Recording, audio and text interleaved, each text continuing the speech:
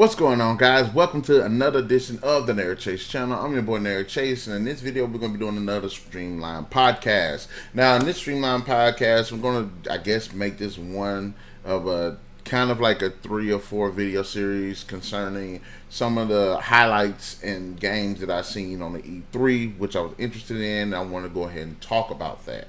So, I know one of them was in this video. We're going to be talking about the game Hades. We're going to be talking about Ages of Empire 4, and of course Battlefield 2042. My thoughts and impressions on each one of these games. So I'm not going to talk too much further without getting into it. So let's go ahead and jump into this now. The first one, Hades, which is developed by Supergiant Games, and it's set to release August 13th.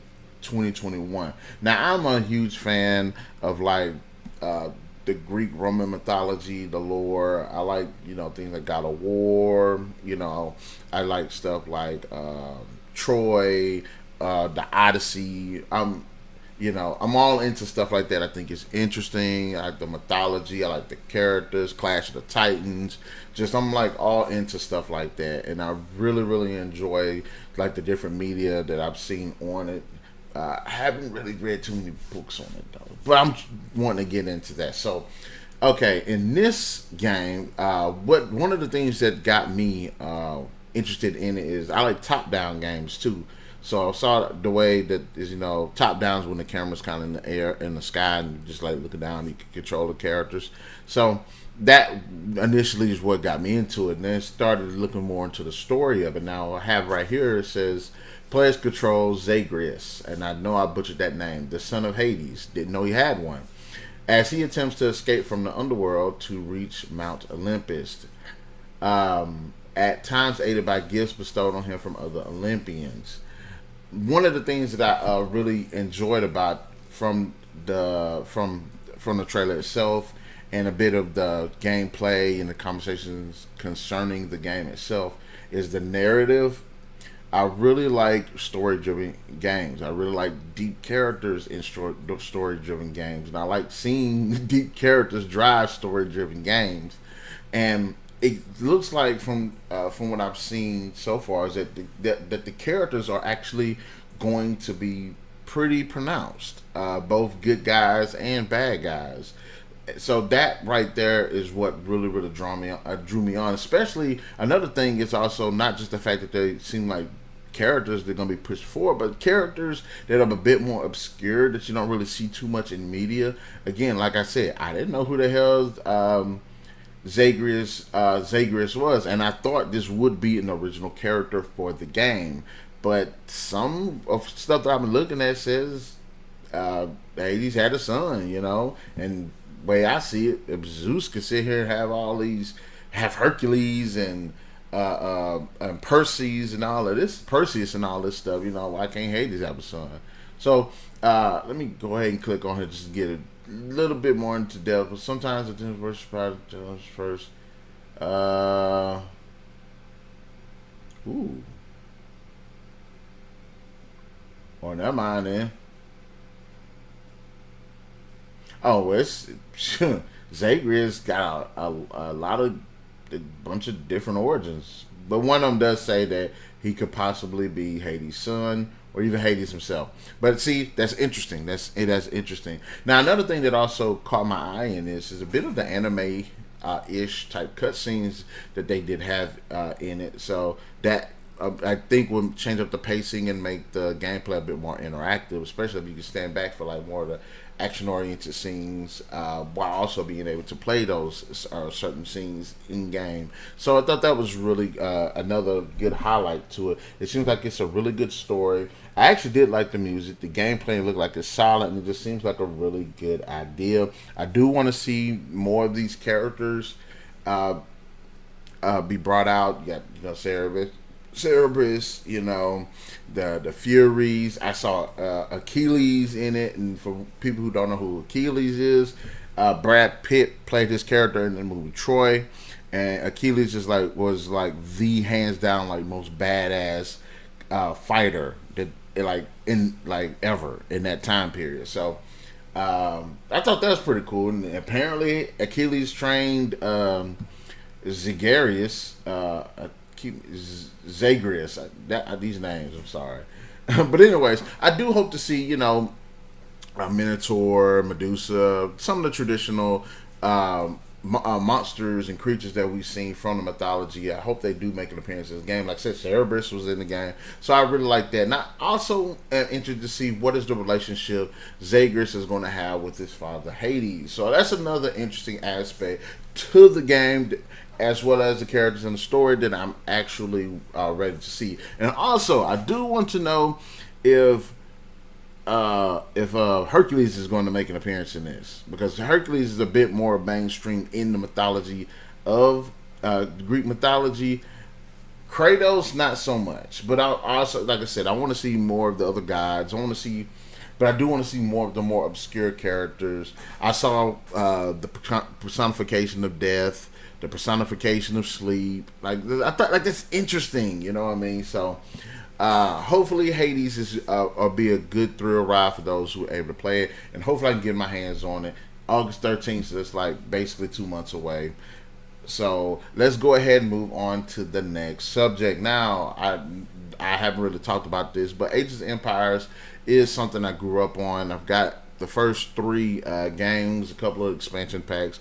Really enjoyed the games. Really enjoyed the combat.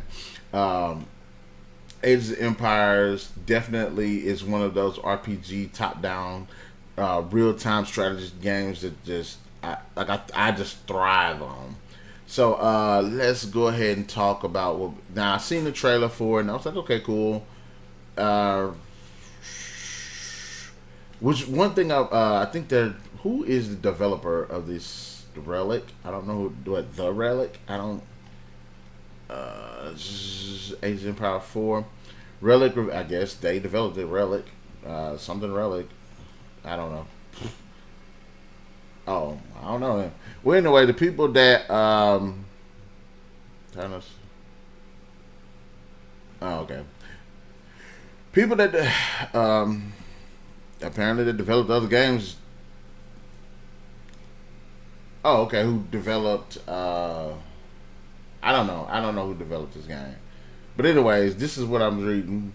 Relic revealed that the final 2 launch civilizations would be the Holy Roman Empire, cool, and Rus, which should make for an interesting combination of European and Asian history. They will be joined by the Chinese, English, Mongols. Mongols are always cool. Delhi Sultanate. I ain't even try it. Abbasid Dynasty, and the French. Now, I completely butchered all that, but anyways, I think that's going to be pretty good, and the gameplay looks pretty solid. Of course, it looks like it's Age of Empire. Honestly, I wasn't like looking for the graphics to jump up or be better than what they were, and I thought they looked good and everything, but I think it's an interesting idea. I'm also a bit curious too, like, what was okay? I'm doing a video. Let's not do that. I'm doing a video now. But anyways, the woman that was talking on the video, it was a man and a woman was talking about the development of the game, and I liked everything they said until the woman messed up and of course started spouting social justice crap. And I get it. Joan of Arc is one of the women of history, one of the highlights of women in history, of one of the most highlighted women in history. You could say Cleopatra is one of them. You could say Queen Elizabeth is one of them. Joan of Arc is definitely one of the most recognizable women in history, though people might not necessarily know exactly why. But she's supposed to be in the game too. So, but the woman did make comment about like feminists and all of that stuff, and I'm like, lady, shut the hell up. Talk about the game, and I want to hear about the feminist stuff. But luckily enough, she did.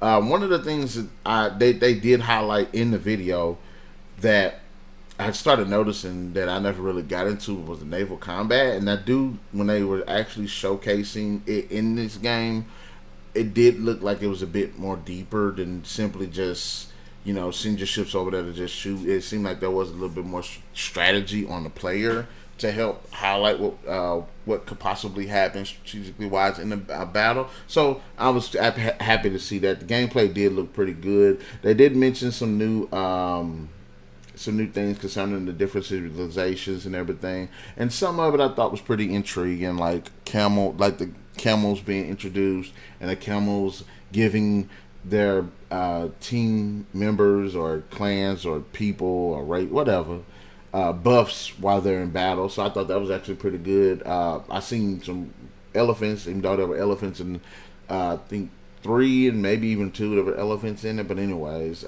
one of the things that I thought was actually pretty cool as well is it would also include mini documentaries designed to educate players on areas surrounding the 100 Years' War and other parts of history. Now, I think that right there is actually pretty good because it would actually help people to learn more about history while playing the game about history. So I thought that was actually pretty good. I thought that was really good, highlighting some things that they actually would be very instrumental in not only keeping people engaged but also drawing people in as well. They fine tuned a lot more to it, upgrades, weapon scaling. The screenshots look pretty good. They look absolutely amazing. I just want options because usually when I jump on the Ages of Empire, I just want to be able to just build whatever the hell I want to build, kill who the hell I want to kill, and just go ahead and keep it pushing. But I like Ages of Empires, and like I said, and another thing I thought that was actually pretty good that people don't really know too much of, which really companies don't do. Well, more PC companies still do it, but console companies don't. Is they're actually still supporting the other games, the older games. They're still putting out expansions and stuff like that. They're even coming out with an expansion called Dawn of the Dukes for Ages of Empires 2, which will add civilizations, the Bohemians and the Poles. Polish? And for those who don't know, that if you pre-order Ages of Empires 4, you get that expansion pack for free. So, but I like that. I wish games would keep doing it. And like I said, I can see computer games still doing it, World of Warcraft, StarCraft. But that's actually pretty good. That's it. My thoughts on Ages of Empire 4. I'm interested in jumping on that because, like I said, I love Ages of Empires. Now, finally, for the creme de la creme, the big thing that everybody wants me to talk about, of course, is Battlefield 2042. Now, there's a lot I can say about Battlefield. I'm more Call of Duty, but that's not because I like Call of Duty more than Battlefield. Me personally, they both are the same to me, even though one does more than the other, than vice versa. But I don't have a preference for either one. But having said that, I was really impressed with a lot that I seen in Battlefield 2042. The gameplay trailer for the multiplayer is just off the chain, and I'm definitely one of those players that's like, if we're gonna have a war game, we need to be in a big ass area, well, a good sized area. It should be tons of weapons. It should be tons of destruction, open world, and that no limitations within that area, and also have vehicle combat as well. So one of the things that definitely captured my attention is during the trailer you get to see players able to drive tanks, players able to be on foot, players being able to fly on damn helicopters, and Battlefield has done a great job of allowing players to have those freedoms in multiplayer. So I'm not taking that away from them. I'm actually glad that they're emphasizing that again on this game. And some of the new mechanics that I've seen that they've introduced to it actually seems like it's going to be really cool. Like, you see them fighting in this city, and then you see this big dust storm that's coming, and then the dust storm actually envelops the city, actually changes up the atmosphere a bit, makes it a bit hard to see, maneuver and everything. That's cool. And I like seeing weather conditions actually alter alter like the gameplay itself. You know what I'm saying? If you may perhaps if it is like a dust cloud, you can't really fly a helicopter. Maybe you'll just end up crashing into a building or something because it impair your vision. Like if you're in a tank and you're trying to aim at somebody far away, it impairs your vision. You're trying to snipe again, impairs your vision. You know, makes it to where you either you got to hunker down in the building or something. Or you definitely got to get on foot and go hand to hand with players. Got to get in close combat with them. So I like that. The fact that they introduced tornadoes, I think that's pretty interesting. The tornadoes, and they actually fuck up the battlefields. I think that's really cool. Adds a bit of tension and unpredictability to the gameplay. I like a bit of the freedom too. What I was saying, like, okay, you was in one building, and if you have the ability to do the, it's not flying per se, but the wingsuit thing, you can wingsuit off a building to another area of the map. Cool. I think that's an interesting and really cool idea as well. Makes maneuverability very versatile. Another thing that I thought was that they were saying that they were focusing on three main modes. He said experiences, but modes, I guess. All out warfare, which is what I just was saying, where it's pretty much open map. You can use vehicles. It's all on. Conquest, which is you do a mission here, y'all get together, go somewhere else, do a mission there, and keep not a mission per se, maybe attack somewhere, attack something or whatever. And then breakthrough, which is basically one team attacks, the other team pretty much defends. And I think that's pretty cool too. Those really are some pretty good, interesting ideas in terms of modes, and pretty much must-haves for games like this. Again, the weather conditions I think is really cool. Now they have bumped up the scale of players playing from I think 60 to 120 or over 120, and that's just insane. Which it makes me wonder: is this going to be cross-play? Because I believe that this will work a lot better if the game was crossplay between systems. So if they're gonna have that many characters, it's got to be crossplay, and that map got to be big as hell. Or maybe it's not if you got 120 something people playing the game in a big so it's got to be pretty big, but not too damn big. So I'm glad that they got that going, but. My thing, the biggest problem I have with this game though, is the fact that it took out the main campaign. One of my biggest issues with Battlefield, Call of Duty, and any of these damn games that are so multiplayer focused is that they have potential to have really good engaging campaigns, and they usually just say fuck that to just go straight to the multiplayer. And I think honestly that's pretty lazy. Look, I get that Battlefield has a lot of its core players on the multiplayer aspect, but a lot of players enjoy the campaign as well. And a lot of people enjoy the campaign more than the multiplayer. Me, I like playing, when I'm playing Battlefield or Call of Duty, I'm about in the middle. I like playing the multiplayer as much as I like the campaign, but I gotta have that campaign. And if you're charging people $60-$70 for just a multiplayer, and I think it says something about the companies are getting a bit lazy, but because now all you have to do is they're trying to do is do multiplayer. Where is the talent when it comes to well-written stories that used to be a part of games that's trying to bleed out now? You know what I'm saying? Voice acting, actual design, cinematics and stuff like that, which campaigns typically have, So it's just a lot that goes into it that sometimes it feels like they're just being lazy. They don't want to put the effort into it. But having said that, Battlefield, I can see as a game. I mean, I guess with Call of Duty as well, where you don't technically need one. Maybe if they would have started both franchises now when they're doing this whole internet battle royale thing, the online multiplayer thing, fine. But since they've already started putting campaigns in it, just stick with it. But outside of that, that's really my biggest issue with Battlefield 2042. So far, maybe they'll put one in later on. I don't know, but I will say this: I was really impressed with, and I'm not just saying like I've never seen people play Battlefield before, because Battlefield has had some really good multiplayer, and I have to say this definitely just really caught my interest. It definitely caught my interest. So, having said that, guys, in the comment section below, let me know what are your thoughts about these three games: Hades, Ages of Empires 4, Battlefield 2042. Have you played any Ages of Empire games? Have you played any Battlefield games? What are your thoughts about Hades? And what kind of, in fact, to help with the Hades, what kind of what is your favorite? I don't know, your